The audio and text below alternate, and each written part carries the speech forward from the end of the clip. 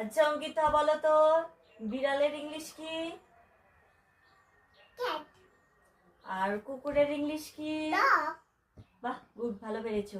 এবার বলো তো জলহস্তির ইংলিশ কি? পারি না তো ম্যাম।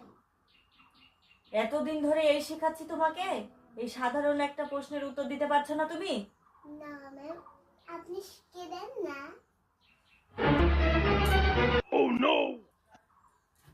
আচ্ছা দাঁড়াও, আমি একটু আসছি।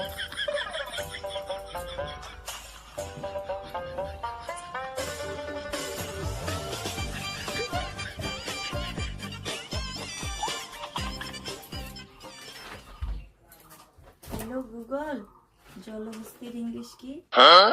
কিরে টাকা টাকা হ্যাঁ